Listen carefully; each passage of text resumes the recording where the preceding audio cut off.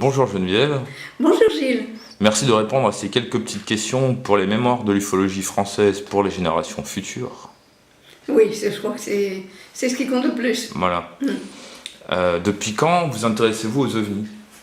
Alors moi, ça fait quand même longtemps, puisque j'ai commencé en 1968 en ayant lu un livre qui était un des premiers écrits en français sur les ovnis. Alors à partir de là, ça m'a alerté quand même. Je me suis dit, il était bien fait ce livre. Je me suis dit, il y a quelque chose. Puis ensuite, je me suis abonnée à Lumière dans la nuit. Et à partir de là, je me suis rendu compte que, en fait, en français, il n'y avait pas grand-chose, déjà. Parce que, à mon avis, il n'y a pas encore tellement. Mais enfin, c'est vrai que par rapport à la littérature anglaise, américaine, etc., il y a beaucoup plus de choses. Mais, donc, il fallait que je lise des livres anglais. Alors, j'avais un peu d'anglais de l'école, c'était pas facile. Et puis, c'est Antonio Ribera que j'ai connu, qui est un ufologue espagnol, et qui m'a dit Geneviève, tu sais ce que tu dois faire? Eh bien, tu lis les livres, tu les traduis au début, mot par mot, s'il faut, avec le dictionnaire, et tu verras que petit à petit, tu vas le comprendre. Alors, c'est vrai que je comprends pas mal l'anglais écrit, au moins écrit. Parler, ça, c'est plus difficile, je ne comprends pas. Mais à partir de ce moment-là, j'ai commencé à acheter des livres aux États-Unis. Il y avait une librairie spécialisée qui envoyait des livres dans toute l'Europe. Et j'ai commencé à les traduire. Bien sûr, quelquefois pour moi, quelquefois... Alors, et en fait, c'est ça mon travail. C'est de traduire des livres en américain, ou en anglais. Mais je me suis quand même un petit peu intéressée dans la région et j'ai fait quelques enquêtes, mais pas beaucoup. Comment était l'association Tocetti? L'association Le Tocetti, c'est un monsieur Pêche, qui avait formé un groupe autour de lui. Et un jour, il a entendu parler de moi. Il est venu ici avec Patrice Roger, qui en faisait partie, il était tout jeune à l'époque. Et voilà, et on allait à son assemblée générale. Quand il y avait quelque chose, on se téléphonait, etc. Oui. C'était un bon petit groupe, mais sans prétention. Il n'y avait pas de scientifiques dedans, il n'y avait pas... Voilà. Mais il faisait bien son travail, en particulier il y avait eu il a fait comme 2 ou 3 enquêtes, donc il éditait une petite revue, qu'ils faisaient eux-mêmes, Tocetti, elle s'appelait, et il y avait fait quand même 2-3 bonnes petites enquêtes. En particulier, il y avait eu un cas assez important, d'ailleurs je suis allée voir les lieux, etc. après, avec lui, avec un atterrissage. Alors une question, pourquoi vous êtes intéressé au phénomène des abductions? Et quand? Voilà, je pense que quand on commence à voir les ovnis, c'est pas seulement l'observation. Après, ce sont les atterrissages. Après, c'est une progression presque évidente. Hein. Je pense que ceux qui ne s'arrêtent qu'aux observations, je pense qu'ils en ratent beaucoup quand même. Alors, il y a donc les atterrissages. Après, on s'intéresse évidemment aux occupants. Après, on s'intéresse à ceux qui disent les avoir vus chez eux ou n'importe. Bien que, évidemment, il y a eu une époque où il y avait beaucoup de contactés. Enfin, c'était pas... Mais après, on s'intéresse à ce qu'ils veulent, etc., etc. Mais il y a assez peu... c'est vrai qu'ils nous effacent la mémoire. D'ailleurs, c'était une des conditions avec lesquelles le gouvernement avait dit. Ils avaient accepté les enlèvements à condition qu'on enlève la mémoire des enlevés. C'était une des conditions que le gouvernement américain, le service secret à l'époque, avait fait dans les traités. Alors là aussi, les traités, on les connaît tous, on sait tous à quelle date ils ont été et aux endroits, tous les traités avec eux. Bon, avec plusieurs, il y a eu des traités avec plusieurs races. La première, ça a été avec les Gris, en 1934, ça a commencé en 1934. Et après, il y a eu d'autres, heureusement. Mais, donc on finit par s'intéresser après aux enlèvements, puisque ces enlevés avaient quand même des traces sur le corps. Alors Bud Hopkins, qui est aussi malheureusement décédé, Il y a, après, il y en a eu d'autres hein, qui ont aussi... Et le docteur Roger Lair qui est décédé aussi. voilà. Et David Jacob. David Jacobs. C'est David Jacobs que je cherchais, c'est lui qui est allé Qui le lui plus loin. survit, c'est le survivant. Et il est toujours vivant. Oui, oui, oui, oui. David Jacobs. Et lui, moi j'ai beaucoup aimé son livre parce que ça nous a fait tout de même toucher où il voulait aller. Il voulait vraiment créer une race hybride hein, avec eux. Pour eux se réincarner là-dedans parce que leur race était en déperdition, évidemment, comme il disait. Et ça, il paraît que c'est réussi. Hein. Ça a été long, mais c'est réussi. Il y a maintenant des terriens hybrides qui sont absolument physiquement terriens, mais qui sont des terriens hybrides, c'est-à-dire qu'ils ont une âme gris. Ça, c'est réussi. Ça, on le disait. On disait, est-ce qu'ils vont réussir? Moi, j'ai traduit un livre aussi où une hybride, elle vivait toujours étant jeune fille, donc elle était avec une colocataire. Hein, c'est donc la maman de la colocataire qui a écrit le livre. Alors, c'était marrant parce qu'elle avait les gros yeux noirs des cris, elle avait un tas de caractéristiques, mais on arrivait, elle mettait des lunettes noires pour cacher ses yeux. Elle était étudiante à l'université avec sa copine. Après les extraterrestres, on commence à en savoir quand même un peu plus. Hein. Bien les distinguer, hein. Tous les groupes, ça, moi c'est surtout ça en ce moment mon travail. Parce qu'on a vraiment des informations qui viennent d'eux. Mais ce n'est pas des informations obtenues par médiumnité. C'est des informations obtenues par des extraterrestres en chair ou en os, qui sont peut-être quelquefois extradimensionnels, ça n'empêche pas, mais qui prennent au moins un corps pour contacter. Et ces informations se recoupent. Donc là, on commence à connaître. Bon, c'est vrai qu'il y a eu des cris. Moi, ce qui m'intéresse surtout dans les choses, c'est pas une preuve, c'est quand même les correspondances. C'est quand même de retrouver, c'est comme les enlèvements, ça a été de retrouver évidemment pourquoi les enlèvements on y croit, parce que c'est toujours le même scénario, il y a toujours telle chose, il y a telle marque, etc. Bon, c'est les correspondances. C'est ce qu'on retrouve qui est semblable. Et c'est toujours ça qui m'a passionné. Ouais. Maintenant, bon, c'est peut-être pas vrai, après tout, on n'en sait rien. Ce sont des hypothèses, mais je crois que si, ça commence à venir. Hein. Il ne faut pas oublier qu'en ce moment, il y a énormément de gens d'ailleurs qui sont walking, c'est-à-dire qui ont pris des corps terriens. Ils sont tous sur Terre, parce que justement, il va se passer beaucoup de choses, et pour observer. Alors, tout cela, quand même, ce sont des gens, nous avons des gènes, ce sont des gens qui un jour ou l'autre se sont croisés avec les humains. Donc, c'est pour ça. C'est comme les contactés, les vrais contactés, ils ont toujours, ils ont une origine réelle, origine de l'âme, on pourrait dire.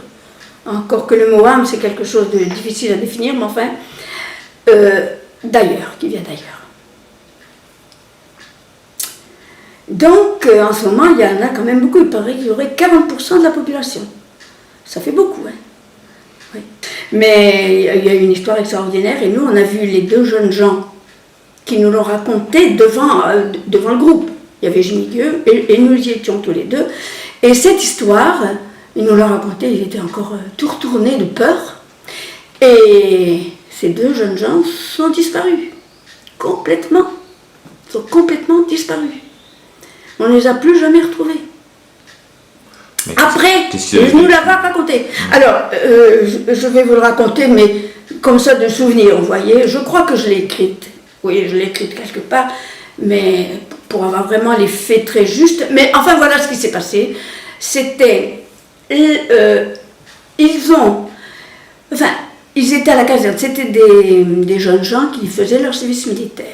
Et puis, à un moment, un soir, ils ont vu une salle qui devait être libre normalement, qui devait être vide, et ils ont vu qu'il y avait de la lumière et tout ça, et ils ont regardé par la fenêtre de l'extérieur.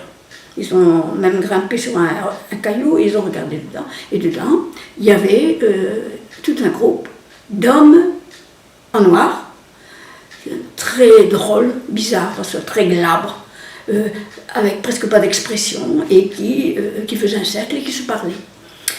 Et ces jeunes gens, pourquoi ils étaient intéressés? Parce qu'on les avait emmenés, on les avait fait partir pendant 3 jours. 3 jours de permission, voilà. Et même s'ils revenaient, il ne fallait pas aller à la caserne, il fallait aller à un autre endroit. Et donc ils ont été témoins de cela. Et alors, qu'est-ce qui s'est passé exactement après? Je ne me souviens plus, mais je sais qu'ils nous l'ont raconté. Et ils en étaient encore tremblants de peur, tellement ça leur semblait incroyable. C'était comme s'ils étaient ailleurs. Et à ce moment-là, il y en a un qui a commencé à avoir des ennuis, et puis quelques jours après, on a su qu'ils avaient disparu, les parents les cherchaient, et on ne les a jamais retrouvés. Alors malheureusement, je ne me souviens plus du nom du directeur de la revue Flying Saucer Review, qui était la meilleure revue du monde entier à l'époque. Elle était vraiment excellente. Et qui m'avait téléphoné et qui m'a dit Geneviève, il parlait bien français, juste un petit accent. Geneviève, je vais vous raconter quelque chose, mais c'est entre nous, et jamais ça ne sera écrit dans ma revue. C'est que c'est sur les mutilations animales. Il avait eu quelqu'un, je ne sais pas si c'est Lyndon Moulton Howe, hein, vous la connaissez, sans doute, oui. C'est elle qui a fait beaucoup de recherches là-dessus. Mais enfin, bon. Mais il y avait quelqu'un qui lui avait dit que non seulement il existait des mutilations animales, mais on avait aussi trouvé des mutilations humaines, avec les mêmes caractéristiques, c'est-à-dire la langue enlevée et les organes génitaux découpés, hein, comme au laser. Voilà. Et alors il en était horrifié. Je me souviens qu'il paraît que ceux qui étaient au courant aux États-Unis étaient complètement horrifiés.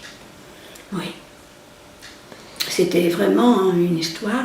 Et c'est vrai que ça n'a jamais paru dans le... Bon, après, par la suite, on en a un peu parlé quand même. Hein. Il y a eu quelques livres qui ont paru là-dessus. Et là, bon, on sait bien qu'il y a des enlèvements qui sont faits par les humains, mais par les militaires en particulier.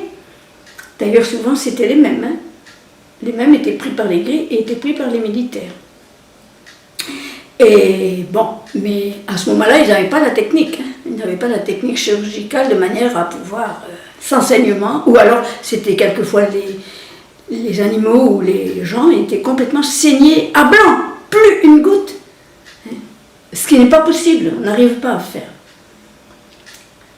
Peut-être maintenant, c'est vrai. Enfin, ça me fait penser à le cas. La dame est morte d'un cancer, mais provoqué certainement par les grilles, hein, certainement. Enfin, ce qu'on appelle les grilles. Hein. En fait, on ne sait pas trop comment les appeler. Et cette dame, alors j'espère que le nom va me revenir tout à l'heure, c'est un cas connu quand même. Cette dame, elle était enlevée, son mari était militaire, et elle habitait dans une base. Et toute la famille a été enlevée d'ailleurs, ce qui arrive très souvent, hein, c'était génétique, les enfants, tout ça, le mari. Et elle savait que c'était par les militaires et par les gris. Et il y avait des moments où elle avait plus peur des militaires que des gris. Et à un moment, ils ont créé un clone de son corps. Elle commençait déjà à être malade. Ils ont créé un clone de son corps et ils lui ont demandé de transférer son âme, enfin de la transférer dans ce corps qui serait bien, tout à fait parfait, plus de maladie, plus rien. C'est une jolie femme d'ailleurs, on a sa photo. Et elle a refusé parce qu'elle savait que si on la transférait dans ces clones, on était complètement dominé par cette race extraterrestre. Voilà. Et elle n'est pas la seule. Ce qui est terrible, c'est que ça, on n'en parle jamais. Il y a des gens qui ont assisté, à plusieurs reprises, hein, qui ont assisté au transfert de l'âme d'un corps dans un autre corps, fait par les ovnis. Et la personne a assisté. Il y avait la personne qui est morte, qui est allongée là. On a vu sortir une sorte de lumière de son crâne, et à côté, il y avait un autre personnage, hein, un corps sans vie. Le monsieur est mort et hop, l'autre s'est éveillé. Ça à plusieurs reprises. C'est des choses, les relations entre les ovnis qui paraissent matériels, etc., toute la technique, et ce que nous appelons spirituel, c'est peut-être un mot qui ne veut rien dire, mais enfin tout ce domaine, eh bien, on ne le fait pas assez souvent. Hein, et c'est lié à 100%. Hein. Maintenant, je ne sais pas si vous connaissez des cas, mais il y a des cas quand même où les extraterrestres ont montré, par exemple, le contacter, mettait sa main sur une vitre ou quelque chose d'un appareil, et toutes ces vies passées se déroulaient. Et sinon, j'ai une autre question. Oui. Que pensez-vous de l'ufologie actuellement en France? En France, hein, pas dans le monde. Eh ben, je vais vous dire pas grand-chose parce que je ne m'y intéresse pas. Je ne m'y intéresse pas. Les autres, ça ne m'intéresse pas. Il y a eu ceux que j'ai rencontrés, que j'ai appréciés. Mais les autres, non. Vraiment, je ne m'y intéresse pas. Ils peuvent penser ce qu'ils veulent, ils peuvent dire ce qu'ils veulent, ils peuvent écrire ce qu'ils veulent. Ouais, non, vraiment, j'ai pas vraiment d'opinion.